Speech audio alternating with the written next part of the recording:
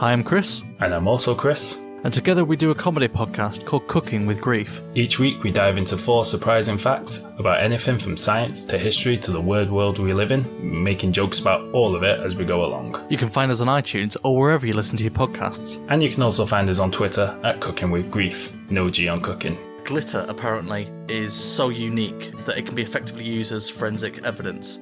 The Bank of England's chief economist has urged to start using people's Spotify playlist as a way of measuring the economy. In China, Avengers has been translated as Fulian, or Women's Federation. Not only did the Russians capture the Crimean Peninsula, they also captured some Ukrainian military dolphins. In Pinocchio, in the film becomes a real boy. In the original, it ends with a cat and a fox hanging him from a tree. Scientists have wiped a snail's memory. And Slytherin's going, can we have an extensive series of tunnels sort of wide enough to fit a giant people-killing snake? Where do you fall on the scone debate? Scone, obviously. Oh, I go with scone. So, what have you got to lose? Give us a try. Nothing to lose but your sweet, precious time. Yeah, that's true.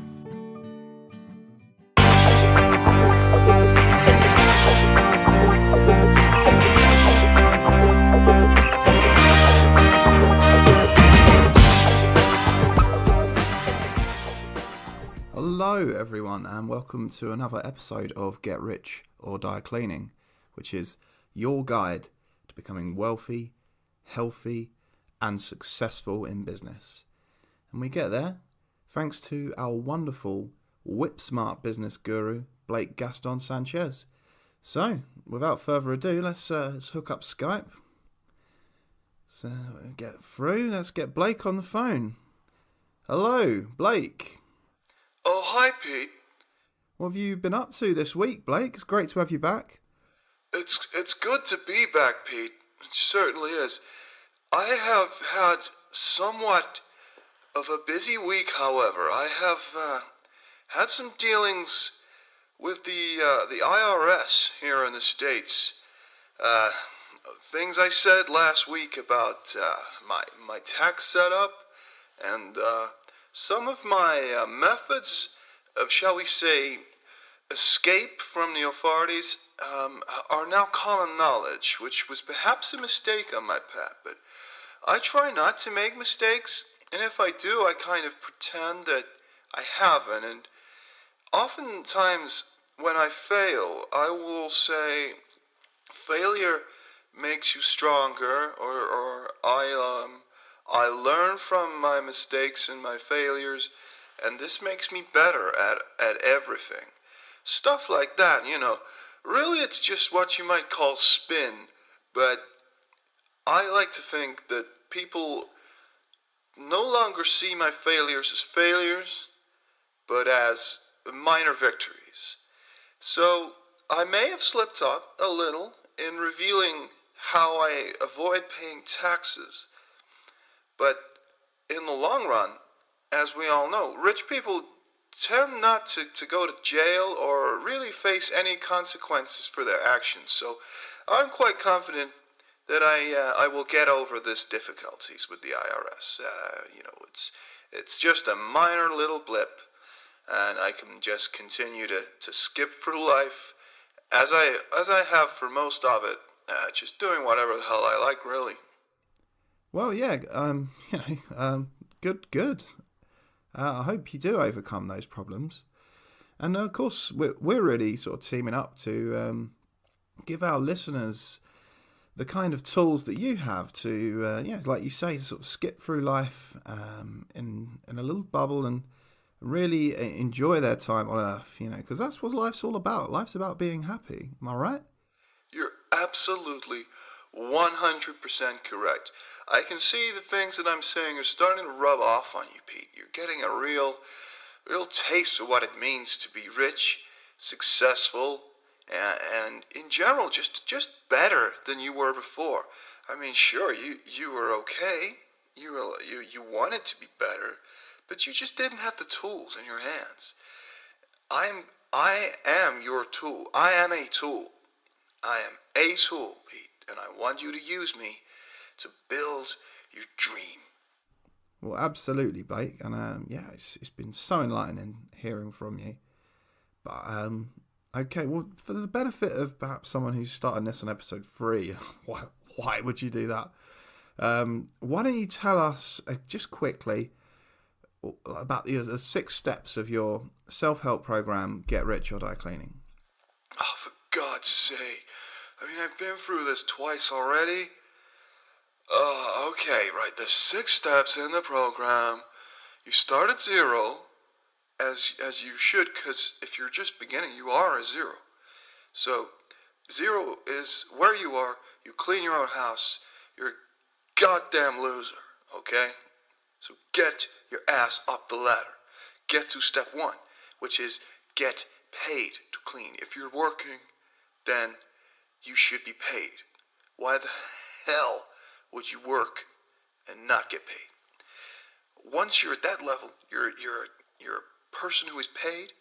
You now need to be up the ladder one more rung. You need to be getting people to work for you, and ideally get those people to work for no money. Okay? Then you move up to the next level, which is you have employees, you have people working for you. You got someone cleaning your house, but you don't really have to look at them, interact with them in any way. And that is what we're going to be covering today. You need to start getting into the mindset of someone who orders around, these minions in your empire. The next step after that, we'll cover that next week, is when you start to really become detached from people like that, from people who clean, who cook, who drive. People like that, they're the little people at this point. They're the people that you kind of, you see, but you don't have to talk to them or anything like that. And yeah, that's a good place to be at, but it's not as good as the next level, which is you just straight up forget about them. You don't need to know. You get into a car at the airport, and there's some guys driving it, but it may as well be driven by a robot or a monkey, because it does not matter. It does not matter. The person is just a tool. Is just the car may as well be driving itself, and that's why a lot of my friends in tech are trying to create driverless cars, because then we get driverless planes, driverless helicopters, and we'd only then have to interact with other rich people, and that would be great. So yeah, briefly touching on it. So it's your program guides you through the process of coming from the position of someone who has is not wealthy, is not a successful person, to get into the kind of level of a billionaire sort of overlord, like someone like Mark Zuckerberg. Mark's a good friend of mine, Pete. Absolutely, you're correct in saying that. Yeah, Mark's kind of almost a sort of god-like figure. Yeah, you should try and be like that guy. I mean, he has kind of lost touch. I'm not saying this is a negative thing, because I think it's a positive. He's kind of lost touch with what it means to actually be a human being, and I can only imagine that for him that must just be such a good feeling. It's like he's no longer realized that there are real human beings out there in the world, and that they have real lives and real hopes and dreams and fears, and that they can be manipulated and led and misled. I believe he's completely lost sight of that, and even I'm not quite at that level yet. Great. And so we're going to be focusing on how to get from step 2, which is kind of being a boss, if you like, ordering around stuff, and you're really starting to act get into the level of perhaps being a bit of a big shot, but you're not, you're really at a kind of middle management level at this point. You're not a CEO. So we're going to be sort of discussing how to move from that level to becoming a CEO, a boss, a big boss, where, yeah, you know, you're going to have people in your organization perhaps that you never really see, you know, getting more hands off, expanding that empire. Yeah, absolutely. You are correct as usual. So, we discussed last week getting from step 1, being a cleaner, to step 2, which is ordering your cleaners about. And that's a lot of fun, but do you really want to be, going, hey, Consuelo, can you do this? Can you do that? Miguel, mow the lawn, clean the pool. You don't want to be doing that every day. It's exhausting.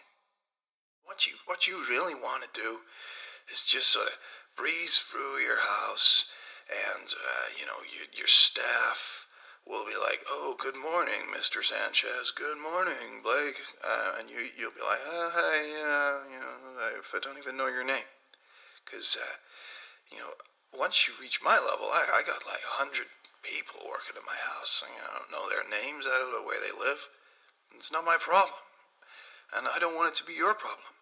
I want people to live in a world where they are free of concern about their their fellow man.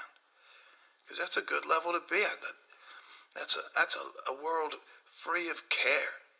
So, okay, let's talk about moving up this ladder. You're at that level now. You're a boss, a titan, a captain of industry. You have an employee, at least one. So now you want to get up to the level where A, we do no cleaning at all, you order someone else to do it, and now you're also getting paid. So, like, you've got all this money. You've got power over another human being. And fundamentally, you're not doing any cleaning. So good. Oh, it's so good not to clean. So, yeah, you need to now start to be a little more aloof, if you like. You need to forget about cleaning altogether and focus on that big picture, on becoming rich, becoming powerful. You know, that's the fundamental part of this. It's great not having to clean, but you're only halfway there. You want to forget that cleaning even exists. So we need to get to that point. You should no longer be looking at people who can clean, and you need to be reaching for the stars. You've built your rocket ship. Launch your rocket ship. Here are some important steps to becoming that super important guy that ignores the cleaning staff. So, I'll draw for some personal experience here with my first tip, and that is, if you have a little money, even if you don't have a little, remember you can borrow money from banks or from credit card companies. And then once you're rich, you just don't have to pay it back. There are ways around that. Like pretending to be bankrupt, like 50 Cent did. You know, that guy was in loads of debt. He's never paid a cent of that back. He's not paid 50 cents of that back. Oh, that's a good one. Yeah, I like that. Yeah, good joke, Blake. Okay, so you say you've got 5 tips for us to reach this level. That's right, 5 tips. So, as I mentioned, if you don't have the money yet, just borrow it. Don't have to pay it back, it's fine. Use either the money you have or borrow money to buy a company that makes money, that produces things, that adds value to society. Buy it out, and if you don't want to do any of the work, then you could just strip the company of its assets and keep them. Because once you've bought all those things, they're yours. So you can do whatever the hell you like with them. So you could asset strip the company, or just keep it going, you know. If it's making money, then why the hell not? You know, just pretend that you know what you're doing. And then if the company's already profitable, you just tell the people who work there, just keep doing what you're doing. I'll take the money. It's great. And at that, as I said, I'm going to draw on my own personal experience here. Obviously, I became rich through my company, Giggle Tits. And Giggle Tits was actually when I started. Giggle Tit. It was being run by a man called Tim, and he was a man from Canada who I got chatting to on a forum, and he's saying, I drink caffeine shampoo every morning. And as I've mentioned, that was like a revelation to me. And he said, I've got like a whole garage full of caffeine shampoo because I get through so much of it. So I said, great, how much money do you want for all of that shampoo? And he says, I don't know, like, my mom says I have to get it out the garage, so like $500, something like that. So I got over there and I sent in the money via PayPal that I had borrowed on a credit card, and that is how I got started. That's how Giggle Tits began.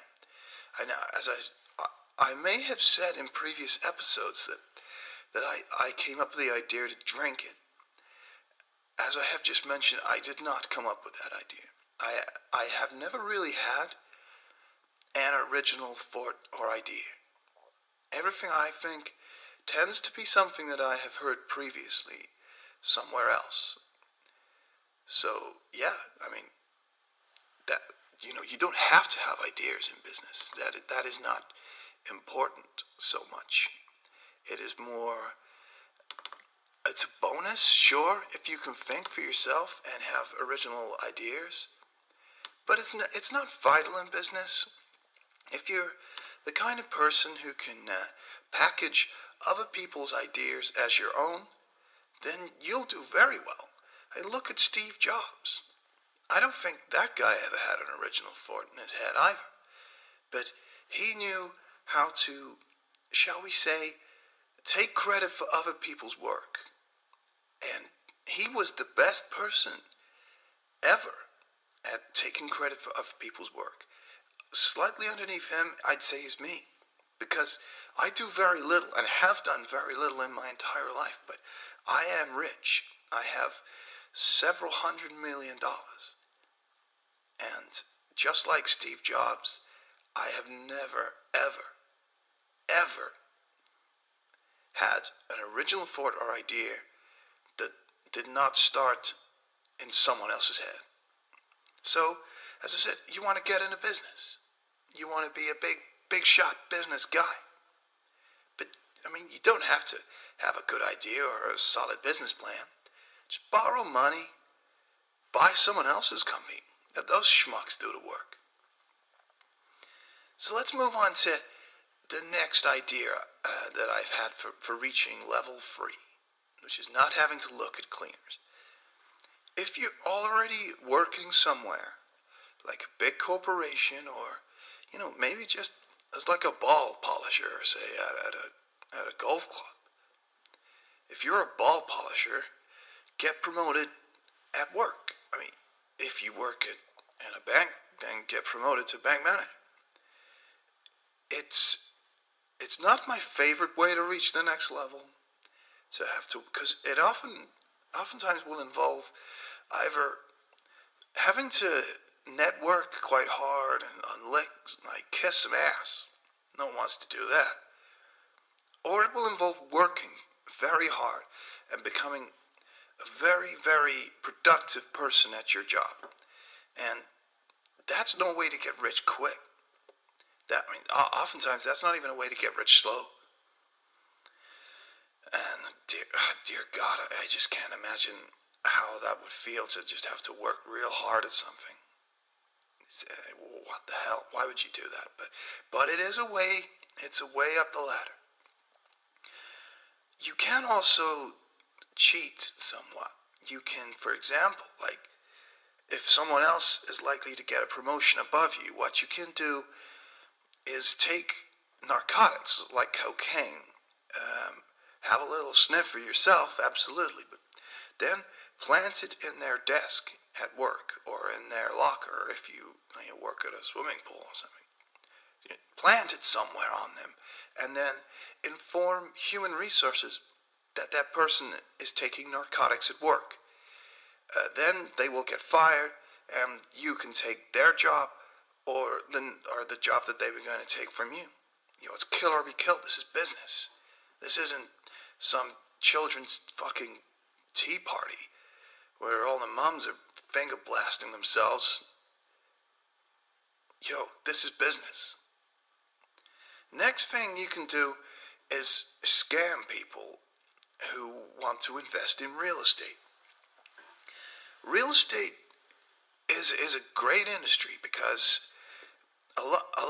everyone knows it's a good way to make money because land and property is a safe investment. Well, a lot of the time it is. Although once I was involved in a real estate scam. Someone said, "You see that swamp over there, Blake, in Florida? Here's some pictures of the swamp. I want to build a casino and hotel here." And I was like, "Whoa, those things always make a lot of money." So I gave him $1 million, this guy. And the next thing I know, he'd build the hotel, sure, but it sunk into the swamp. And I have no money now. Well, I still have all my money. I just don't have, I'm $1 million down now. So then it struck me that a lot of people will invest in real estate without really doing much research or any kind of market research because they don't know much about investing, but they know that real estate's usually quite a safe bet.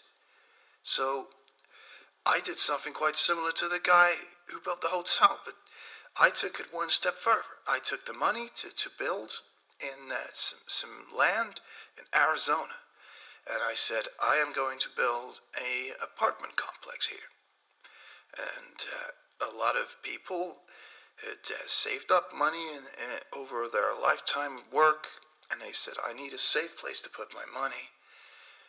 Mr. Sanchez, you seem like a nice guy.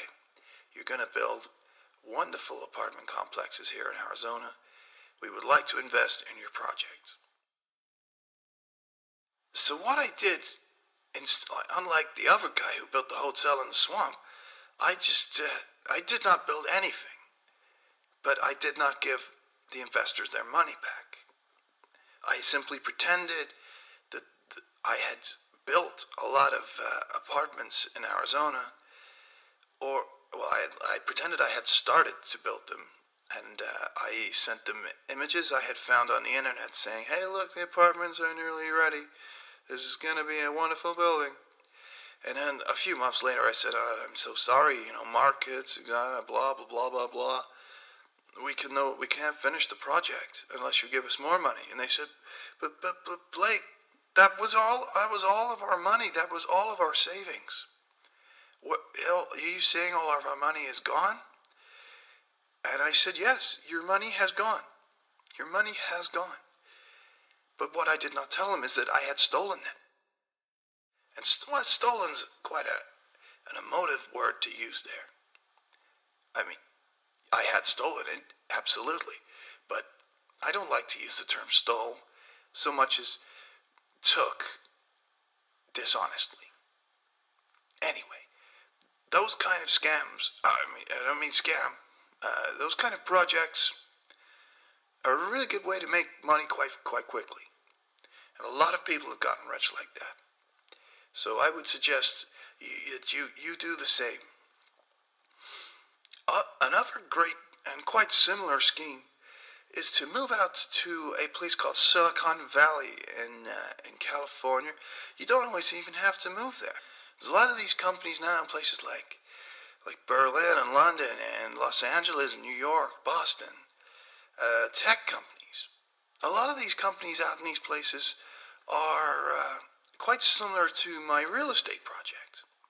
They are taking money from investors, and they have no real plan to even sometimes they don't even have a plan to set up a company at all. They just come up with some catchy name and a catchy logo, and they say, we are gonna make integrated online cloud storage solutions. And idiots throw a fuck ton of money at these guys, and they spend it all on coffee machines and personal chefs for work, and they live in these fancy offices for weeks to years sometimes. Not really creating anything except a lot of messages on Twitter.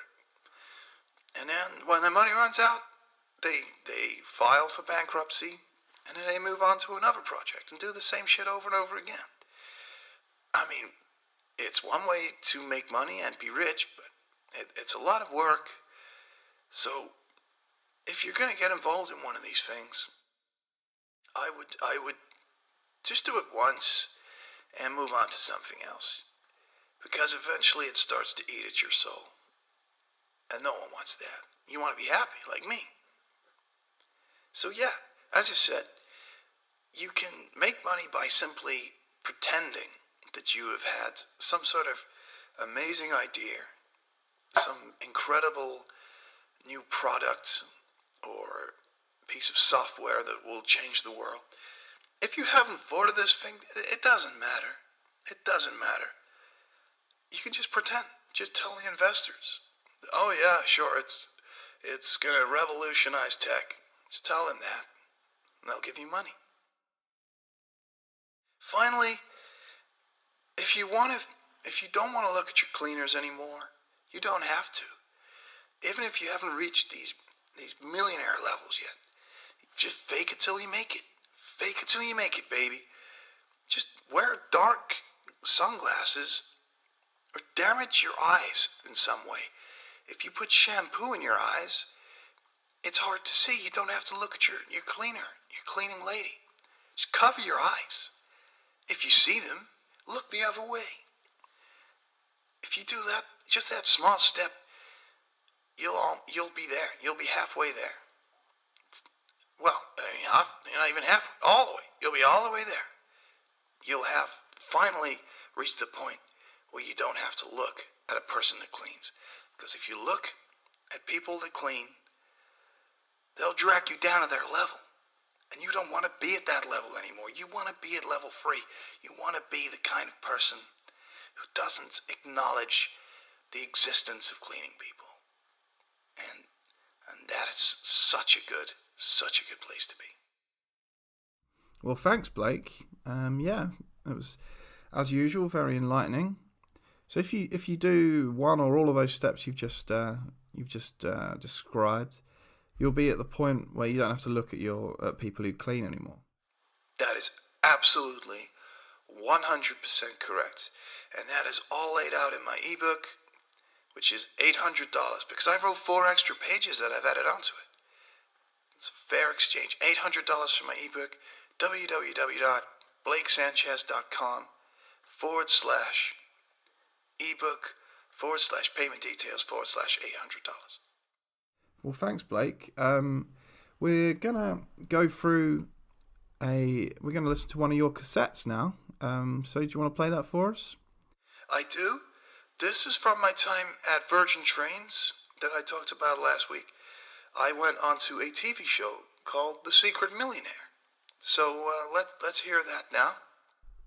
Well, I've met everyone here at Malton Keynes Center for Orphan Vegans with 8 toes and webbed feet.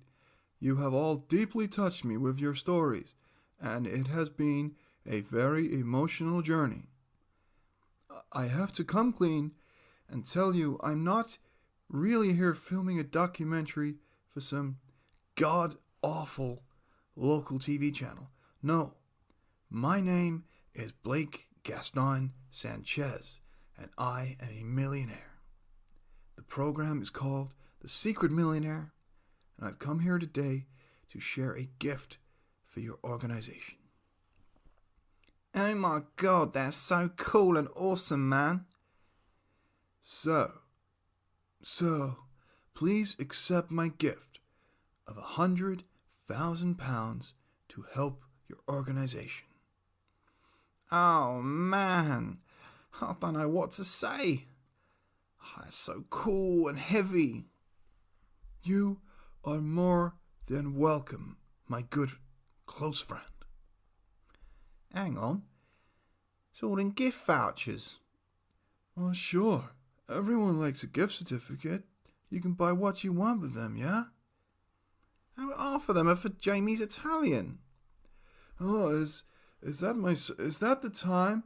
I must go. I have got a meeting with Al on sugar. Goodbye.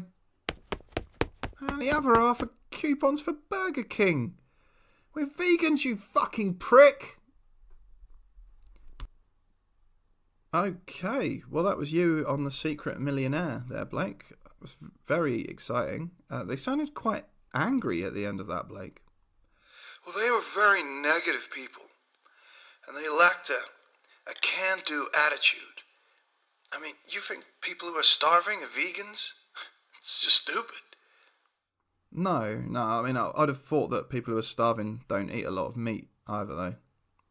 Look, I was there to educate people, not to give them handouts. I mean, vegans are too weak from the lack of lobster and caviar to be successful. Well, I'll take that on board. And thanks for coming on, Blake. We'll have you back next week to move from step 3 to step 4. And yeah, well, that's something to look forward to. You want to say goodbye to the listeners? I do, but first, I expect much less negativity next week. And I also want you to promise that you won't look at any cleaners this week. Don't look at a single goddamn cleaner. I promise. All right. Thanks for coming, Blake. Goodbye. Thanks for listening to the podcast. Goodbye. Well, that was Blake. Thanks for listening, everyone. There's going to be 3 more episodes of Get Rich or Die Cleaning in this series. Please like and subscribe, and don't forget to listen to our main podcast, the Pete and Fran podcast. And that's all for this week. See you next week. Goodbye. Get Rich or Die Cleaning was an improvised comedy show, produced and performed by Pete Langholt, except for the Secret Millionaire sketch, which was written by Robert Mills. The music and sound effects were provided by Invato Elements.